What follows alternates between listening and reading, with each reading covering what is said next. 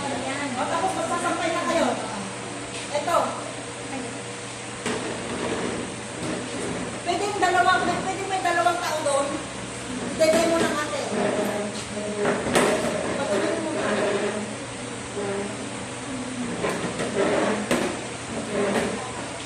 Pag nagsasampay kayo, pag underwear, may mga underwear na parang gano'n-gano'n. Hindi mo dapat ilagay dito. Pag mga short, alam mo yung ano ng short? Kung wala kang itik, gagawin mo siya mga short. Oo. Lahat short yan. Ang sampayan doon, hindi ka tulad dito na short, t-shirt, panty, bra. Ang gagawin na employer mo, pag short, short. Pag t-shirt, t-shirt. Pag towel na malaki, huwag kayong maglagay ng balutin ng towel. Kasi once na heavy yung ulo, babagsak yung baka kayo mahulog. Kasi ganyan yan eh. Once na sinampay mo na, di ba, binaba mo na siya, nag-kiss mo na, ibaginin mo lang. Pero ito kasi isang kanan doon, nalagay mo sa butas. Pag heavy yun, mahulog kayo. May tendency na mabigat, baka matakay kayo, kaya pangulog. Nag-gets nyo? Kaya dapat, ang dulo, yung mahamin, malagaan lang. Tapos dito, okay lang siya na medyo mabigat. Pag sa dulo, wow. Kasi pag mamaya, matangal kami sa bigat, kasi iniisip nyo, imbis na i-save nyo yung ito, para hindi mahulog, baka kayo mahulog. Kaya, kung na-over na yung bigat niya, kaya mo na siya mahulog. Pwede mo pulutin sa baba. Nag-gets nyo? Huwag nyo isipin na sayang o kaya ano yung ano ba. Pag dinig na, kaya mo na mahulog. Kasi ano na, pwede naman dapat. Na imbis na kahit na ano yun na, dito, so, nag-gets nyo na yung ano yung ano? Nag-gets nyo na yung ano yung ulitin ko ha. Ito, kasi mali, ganyan ang hawak ko, pero ganyan kasi mataas.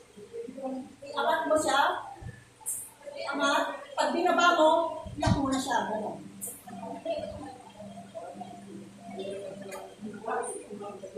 Ito, itatanggalin ko na siya. Tatanggalin ko na siya. Pag tinanggal ko na siya dito sa hook, ipis mo na. Siyempre, naglalak na yan. Hindi na siya bababa. Pag once na walang lock, nakaganyan, may tendency, bagsak mo. Oo, ganyan siya. Nag-gets, no? Yes, okay, good. So, clear sa inyo yung pagsasampay, ha? Tapos yung pag-ilinis ng window, ang window kasi ng doon, double yan, dalawa ako lang. Itong screen, saka yung rehas. Itong isa ko. May lang. Natanggalin mo siya. Ang may iwan screen. Ganyan siya. Huwag yung pati mo na dito. Once na may pupunta kayo doon, mahupulog kayo. Basta tanda niya, baliktarin mo. Kasi, pag naglinis kayo ng bintana, meron ditong doormat,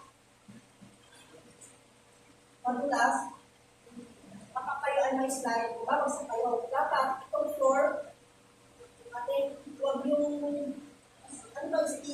speed ng water, ibang kalong doon sa talaga.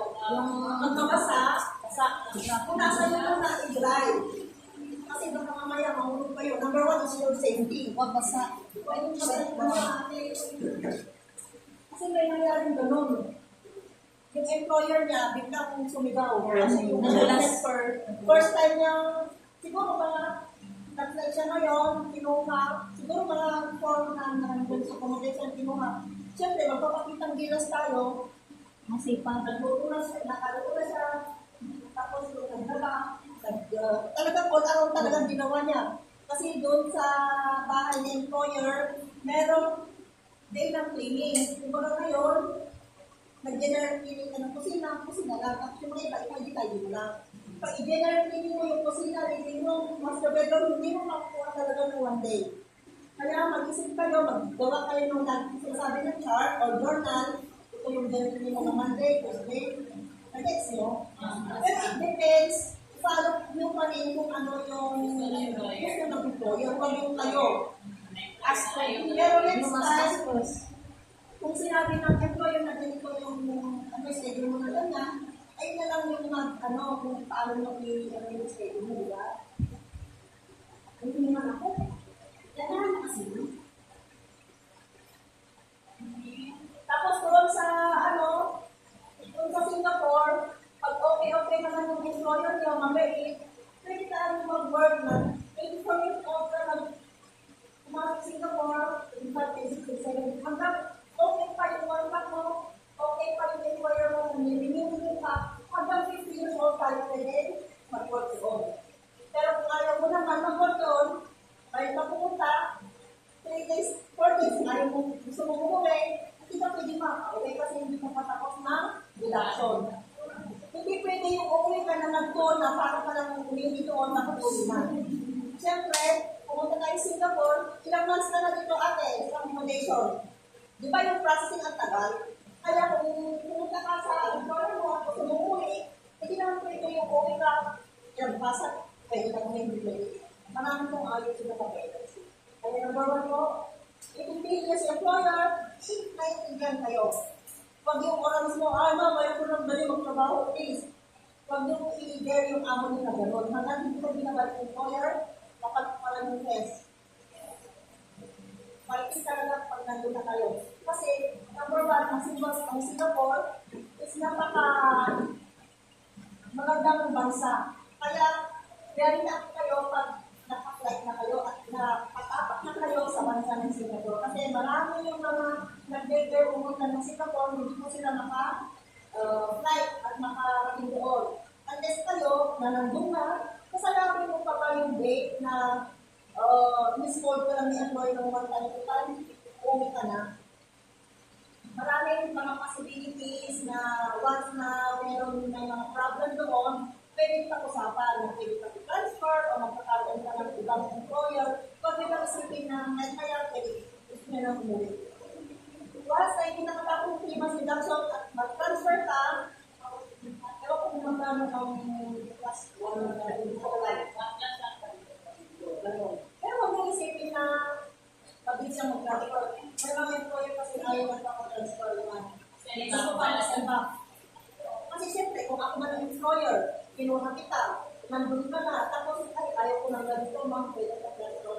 Kung ako ang employer, siyempre, depende. Naiintindihan ka o hindi, in case na hindi ka naiintindihan, send mo talaga sa Pinas. Meron din yung employer na, naawa na naman sa kanya, mabait naman siya. Kaya nandun ko siya talagang umuwi. Pwede ko na siyang banding sa agency. Kanila naman ko sa pwedeng transfer, bibigyan ko siya ng release paper. Hindi kasi kayo makaharap ng new employer once na walang release paper na pinipinahan ng employer. Yun yung consent kapag pending employer. Hindi madali yung mag-transfer kasi ipima si amo ang consent na pwede yung transfer sa ganito, yung sabi ganito, tapos yung firma, nandun yung one permit number niya, yung license number niya, yung name ng helper, work permit, nandun yung saan. Kaya kung walang release paper, hindi na kayo makaka-transfer. Siyempre, pag nag-transfer na kayo, yung muna amo, tatawagan yung old amo. Siyempre, pag sabi, masok yung transfer. Siyempre, kung mabait yung employer mo at ano ang transfer, siyempre, puro good ang sasabihin niya. Kasi alam naman na ba, hindi pa natanggapin sa next employer pag yung background mo, puro ba ang sinabi ng employer, naintindihan niya. Kasi meron mga employer na transfer sa, alam nga naman puro pa, puro mga website. Hanggang talaga yung talaga isasend ka, lahat yan puro bagdan. Kung ano yung ginawa mo, kung ano yung mali mo, hindi lang ako masasabihin. Kaya number 1 natin, pag kayo mag-isipin na uuwi agad o magbabalik agency, mas maganda talaga yung matapos yung employer. Siyempre, meron kayong mga plano sa buhay na mag-ipon. Tapos pagdating doon sa Singapore, maliban sa mga SSS nyo, pag-ibig nyo, kung ano yung mga insurance nyo na nandito sa Pilipinas, pagdating doon sa employer nyo, meron po kayong insurance. Kaya na, konti lang naman 1,000 mo. Huwag yung sa isipin, ay, nagpakamalay ako, bibigyan ako ng employer na ilang box na dollar ay 1,000. Ano yung peso na? Pero maliit ka. Mas maliit ang charge, ang bayad ng employer pala yung ikaw nagpapakatay. Kaya kung miserable ka na, helper, baka matalaman sa pag lang makakagaya sa asawa mo, anak mo, kamatay na ako.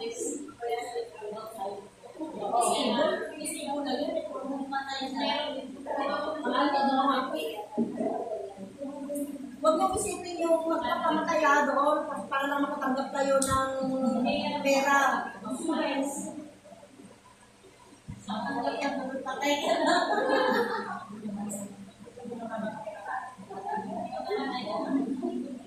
Tapos ito, number 1 na law ng Singapore ate. Pag ini-score kayo ng employer at nandiyan kayo, kahit anong score ng employer sa inyo, hindi kayo basta-basta masampa, masabunutan o kaya ganyan. Kasi may mga penalty at law ng Singapore. Kaya kung nagagal ka sa employer nyo, o kaya ano yung mga sinasabi niyang mali, mag-set kayo ng sorry or anything. Kung ikaw ang mali, o kaya siyang mali, just say sorry pa rin. Siyempre, amo mo pa rin.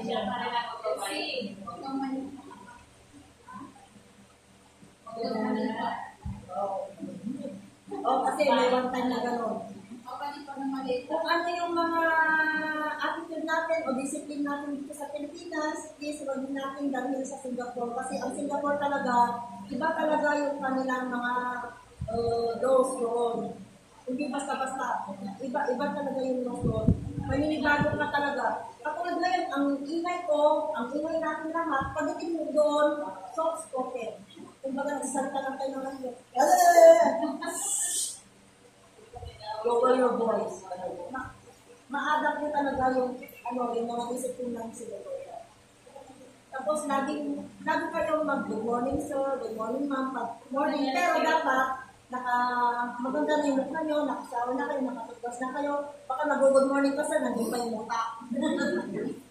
Tapos nandun pa yung wiring natin sa mga please. Kung ang wake up call nyo ay 6 o'clock, mga 5:30 o kaya bago mag-6, dapat nakaligo na tayo. Okay na yung natin. Mukha natin, pwede natin talian. Para naman, mas gusto ko lang mga employer yung lalo yung mag-prepare ng food.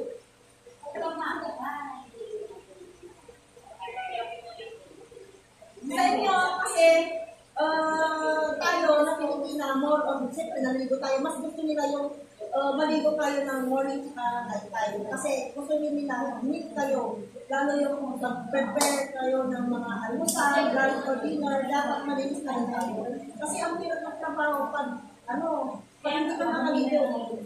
Bago ka magising sa employer at saka yung mga bata, dapat ready na kayo. Huwag yung gising na sila, saka ka lang maliligo. Gising na sila, saka ka lang matutubras. Dapat bago pa sila magising, naka-ready na po kayo. Kasi mas masarap. Tapos kung naka-ready na kayo at tulog pa sila, pwede na kayo mag-coffee-coffee. Kaya tinatinakal. Sabihin ko lang, o ipaalam nyo lang kay employer kung ano yung mga food ninyo. Kasi siyempre, bago tayo doon, tanungin ninyo, ma'am, can I drink this coffee? O can I drink this? Kung wala namang bread or anything, magsabi kayo kay employer kasi ang Pilipina, tayo, kumakain talaga ng rice. Kung hindi nyo naman ma-adapt yung sisirahan mo sa naisip nila yung breakfast, hindi sila kumakain ng breakfast. O kaya, 1 piece rice, scrambled egg, or sunny side up. Kaya kayo, kung sino man hindi alam magbuto ng sunny side up o scrambled egg, call me lang para turuan ko kayo paano kasi meron yung mga simple na breakfast, minsan sasabihin nila, hindi ko alam. Mga simple lang naman sila, hindi katulad sa atin na maraming na nilalagay na sa insurance, medical, o tapos yung work permit, ate. Kumbaga, tapos na kayo sa medical, tapos na kayo sa SIT, meron tinatawag na thumbprint. Thumbprint means, hindi right na na thumbprint sa computer lahat yun. Yun kasi yung work permit natin. Kumbaga, kayo ng work permit, ang release mo 1 week na. Pupunta ang officer sa mismong bahay ng employer. Hindi ang employer ang magsasign ng work permit nyo. Pag nandun kayo, kayo mismo ang tatanggap ng receiver. Hindi si employer. Meron din yung employer na kinukuha kayo ng work permit sa agency. Pero with your consent. Nagpigyan mo guys. Kasi ang work permit, yan po talaga yung pinaka-importante. Kaya ang Singaporean naman, hindi katulad ng mga ibang bansa na ang work permit hindi nila binibigay. Binibigay talaga yan kasi every na pupunta kayo ng market, pupunta kayo ng off days, o basta lalabas kayo, maraming mga officer na ang papogi. Apat-apat talaga yun, nag-ronda. Ang papogi na kami na sila. Siyempre, pag natin ang kaibahan kasi sa officer dito at sa Singapore, i-greet nyo siya. Number 1, yung i-greet nyo sila kasi naka-uniform sila. Mag-say kayo, good morning sir, gano'n lang yan. Respect. Hindi ka tulad dito, nakita mo na lang yung matanda na ay, pamot yan. Ayaw ko i-greet yan, ang pangit. Ikaw kayo. Sa Singapore talaga, kahit pangit o pogi, pero kung pogi talaga itong officer ko. I-greet sila. Kasi lalo pag nagtatambay sila sa sa mga MRT, nakagaling lang sila. Di ba yung MRT na yung clock and open, nandun na sila, pwede mga sila pupasok, nandun talaga sila sa malapit sa pinto. Ito yung pinto ng MRT, nakaganyan na sila. Siyempre, ikaw naman, ang pogi doon, siyempre doon ko sa malapit ako sa practice. Pero yung like kong sinasabi guys, huwag kayong pipigay sa pogi. Kasi meron law doon na yung parang, ano bang tawag sa law doon? Na bawal kang tumingin, parang yung sexual ano yun, sexual o bawal kang tumingin sa pogi. Pag nakita mo yung pogi, ganun parang titigan. Huwag ganun lang siya. Kasi basta tinitigan mo, ay, talagang ano yung i-report ka. Bawal ko ka sa parang nakabahay din na sa so. Ganyan ko lang tapos hindi mo mangalikan basta Maya-maya, ulit na lang wala. tapos dito ate. Ano yung Gagawin mo pagtanong sa singkit pag nawawala. Pag nawawala ka, halimbawa first time nawawala ka, pwede. Pwede ka magtanong kahit saan. Kasi pag wala kang nakita ng officer doon, so pagtanungan mo, pwede kang magtanong sa mga vendor doon o anything. Ang mga Singaporean, very charming sila. Lahat sila yung sasagutin kung ano yung tanong mo, lalo kung ikaw ay stranger o kaya foreigner. Kasi pag local, Singaporean, kung may bagong pupunta sa kanila, sasabihin talaga nila yung kung ano yung mo. Hindi ka tulad sa akin na, ako sa tabi ba? Doon, napaka-approachable sila. Very approachable sila. Tapos, sa mga MRT, kung hindi nyo alam yung pupuntahan nyo, punta lang kayo sa map. Meron doon yung mga susunod kung saan yung pupuntahan mo. Kasi may mga lane yan eh. O, di ba yung work permit natin, number 1 na pinapaalala ni ma'am, kung domestic helper lang tayo doon, yun lang yung work natin. Huwag tayong mag-work sa cashier, sa sales lady ng SM, mga vendor na pupunta doon sa mga maps o anything. Huwag yung palitan yung work permit nyo na kayo ay manager o kayo hotel manager. Kung ano lang yung work natin doon, yun lang yung i-adapt natin. Saka, huwag nyo naman i-carry yung work natin kasi yun ang pinaka-the best na work. Kasi, yun ay, ang mga Pilipina talaga, siyempre, paglaban ko kami Pilipina, alam mo na lang kaya ng Indonesia, diba? Kasi, ang Pilipina talaga, huwag kayo magpapatalo sa mga Myanmar at Indonesia. Kasi, ang inisip nila, sila yung malinis. Number 1 talaga, Pilipina talaga ang malinis sa anything na work. Huwag kayo kasi, parang nakita namin, siyempre, agency, nakita namin na parang bumababa yung rate ng maraming na pupunta sa agency o anything. Huwag kayo papatalo sa mga Myanmar at sa Indonesia. Kasi alam mo, may points na tayo doon. Kasi ang Myanmar at Indonesia, hindi sila nakakaintindi ng English. Kaya ikaw ay may kasama ka yan, may kayo minsan. Ikaw naman ang mag-aaw. Ikaw yung nakaka-adapt ng salita na English. Siyempre, magtulungan kayo, huwag kayo yung magpapatalo na, hindi ko naman sinasabi na magpapatalo na aawayin mo siya. Magtulungan na lang kayo. Diba? Kasi number one talaga, ang Pilipina, magaling maglinis. Sino yung mga magaling maglinis dito sa accommodation? Magaling maglinis. Sino yung mga magaling maglinis?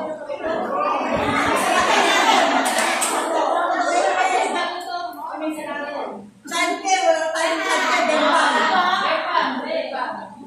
elderly care, siyempre, mga senior na kami, yung mag-take nyo naman kami. Mas mga matanda sa inyo. Yun yung mga work natin doon na huwag natin palitan o ibahin kung ano yung nandun sa work. Tapos, yun lang yung pinapasabi mo ma'am kasi number one natin ito. Tapos meron tayong games dyan. Ilan yung upuan?